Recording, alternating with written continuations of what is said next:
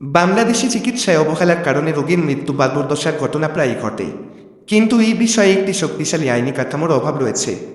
প্রতিকারের বিদ্যমান ব্যবস্থাগুলোর মধ্যে রয়েছে ফৌজদারি আইন, দেওয়ানি আইন, Bangladesh medical and dental council BMDC এবং স্বাস্থ্য অধিদপ্তর।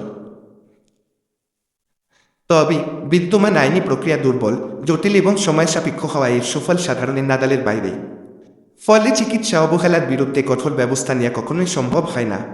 উন্নত দেশে চিকিৎসা অবহেলায় মৃত্যু হলে প্রতিকারের জন্য বিভিন্ন ধরনের ব্যবস্থা রয়েছে। উদাহরণস্বরূপ, যুক্তরাষ্ট্রে মেডিকেল ম্যালোপ্র্যাকটিস আইন রয়েছে যা রোগীদের ক্ষতিপূরণ পেতে সাহায্য করে। একইভাবে যুক্তরাজ্যে এনএইচএস ন্যাশনাল হেলথ সার্ভিস এর বিরুদ্ধে অভিযোগ দায়ের করা যেতে পারে। অনুরূপভাবে দক্ষিণ এশিয়ার কিছু দেশগুলোতেও চিকিৎসা অবহেলা দূর করতে বিভিন্ন ধরনের আইনি কাঠামো রয়েছে। যেমন ভারতে চিকিৎসা অবহেলার জন্য ক্ষতিপূরণ পেতে রোগীরা ভোক্তা সুরক্ষা আইন এবং দেওয়ানি আদালতের সাহায্য নিতে পারে। একইভাবে শ্রীলঙ্কায় চিকিৎসা পেশাজীবীদের বিরুদ্ধে অভিযোগ দায়ের করার জন্য একটি আইনি কাঠামো রয়েছে। সংশ্লিষ্ট কর্তৃপক্ষের উচিত এই বিষয়ে নজর দেয়া। ধন্যবাদ।